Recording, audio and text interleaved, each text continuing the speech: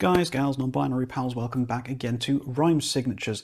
Yeah, we're doing something a teeny tiny bit different today. Obviously, we are still very much in the January drought season, I suppose I want to call it, for lack of a better description, in terms of like new releases, new music coming out, new exciting things I really want to review and talk to you all about. So what I'm doing in the interim, as it were, is kind of reflecting back a little bit and giving myself a bit of time to talk about other things relating to the channel.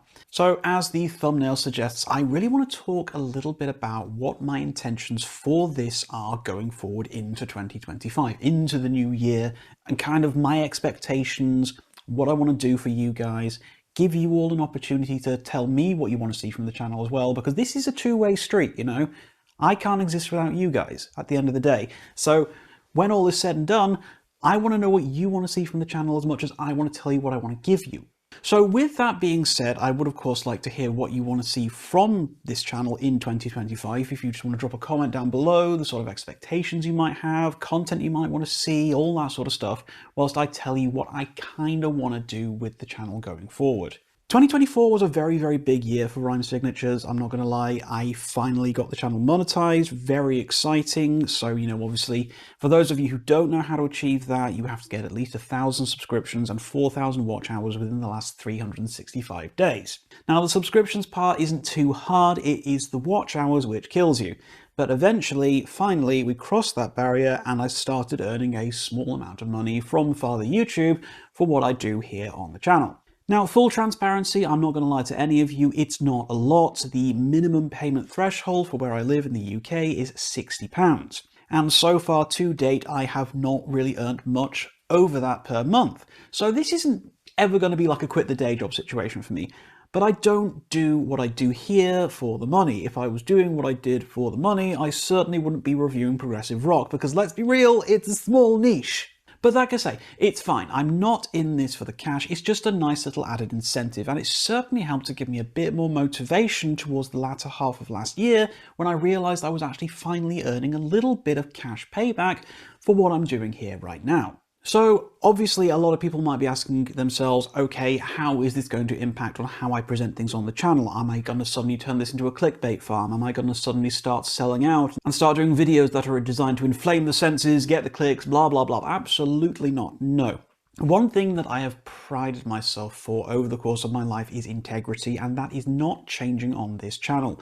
Monetization has not changed my desire or my drive in what I want to do on this channel.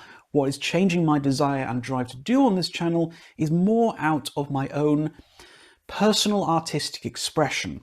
I love doing the reviews, I really, really do, but I am thinking very much about changing the fashion in which I do them. Now, obviously, for those who aren't aware, I do script my reviews. I go through them quite meticulously on Google Docs, make sure that everything reads properly, and I read it out to myself aloud several times before I record it, again, just to make sure everything flows and it's good, basically. But I will be honest with you, it is taking up a lot of my time to do so. I have a full-time job, which takes up an awful lot of my time. I have quite a number of social commitments, especially this year, that I really am juggling a lot of things at the moment in terms of writing, in terms of recording, in terms of keeping this channel going, as well as everything else that's going on in my life right now. So to that end, I have been debating the fashion in which I do my reviews going forward. Now, I still want to push out just as many as I did last year. So that is to say, I don't know, maybe 3 or 4 a month, something like that, that kind of level of commitment to reviews.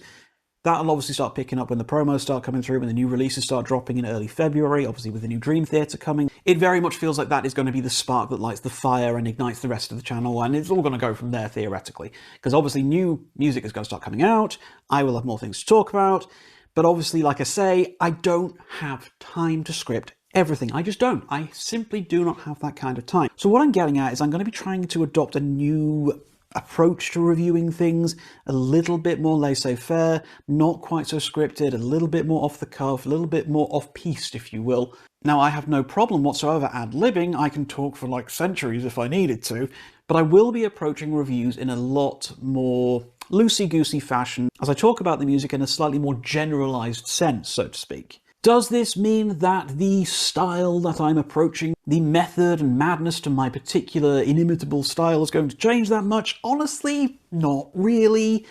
When I script things, I script it how I talk, so At the end of the day, the only thing that's really going to change is maybe there's a little bit more firing from the hip, shall we say, across the course of each review.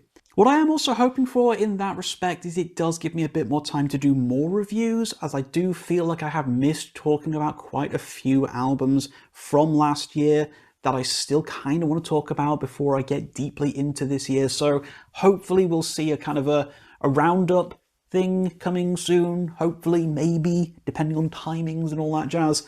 I would also quite like to do some interviews on the channel as well. I've always kind of held back a little bit because I'm always a bit like Panicking Skywalker in that respect. You know, I'm like, what if the stream breaks up? What if I don't know what to say? What if I get like stage fright? What if I get like, oh my god, it's that famous musician I love, and I just start going, ah! You know, there's always that worry with me, you know, that I'll get too excited and I won't really know what to say or anything like that. But I do think it'd be quite a fun thing to branch out with the channel, so maybe I'll start reaching out to labels and see if anybody's willing to talk to me about what they've got coming up. But who knows, maybe I'm actually a great interviewer and I just don't know it yet. We will see. Another thing that I kind of really want to explore is I am not the most knowledgeable person about the classic prog scene, you know, the old school 70s sort of kind of thing.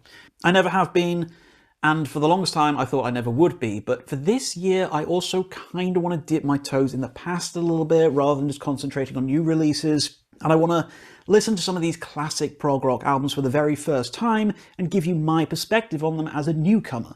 Like, there are a whole bunch of Yes albums I've never listened to, there's a whole bunch of Genesis albums I've never listened to, and of course there's a whole bunch of like random in-betweeny ones of like these sort of one-shot bands who never did anything afterwards that, again, I've never listened to, but everybody tells me are the bee's knees.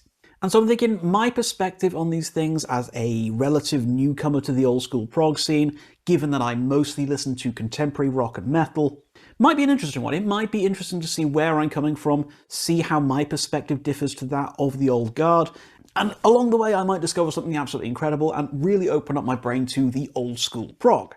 So that's kind of where I'm sitting at the moment. I've got three major things I really want to be doing this year, which is change up the review style a little bit, try out interviews, and explore the old school prog.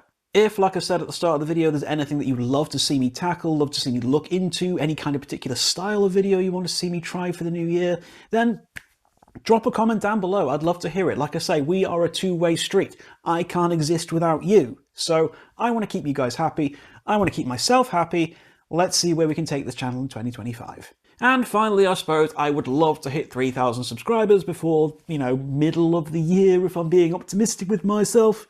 So do please spread the good word, as it were. Tell your friends about little old me. Let them know that I'm a weirdy beardy who talks about music non-stop, and maybe we can all have a good time together. So guys, there we are. That is the state of things. That is what I'm looking to do for 2025. And as always, if you have watched this far, thank you so very much indeed for watching. And until next time, guys, as always, keep your rhyme signatures pretty odd.